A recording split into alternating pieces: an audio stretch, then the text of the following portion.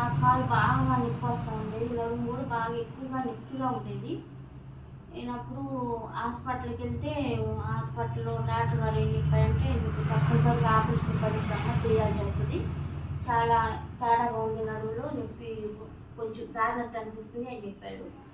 చెప్పిన తర్వాత నేను ఫిజియోథెరపీ డాక్టర్ గారి దగ్గరికి వచ్చి మేడం కలిసి మళ్ళీ ఇంకొక హాస్పిటల్కి వెళ్ళాను.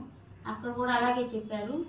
చెప్పిన తర్వాత ఒక వారం చేయించుకొని చూడమ్మా, నీకు ఎలా తేడా తెలిస్తే ఏమన్నా, లేకపోతే తప్పనిసరిగా చేయించుకోవాలని చెప్పాడు.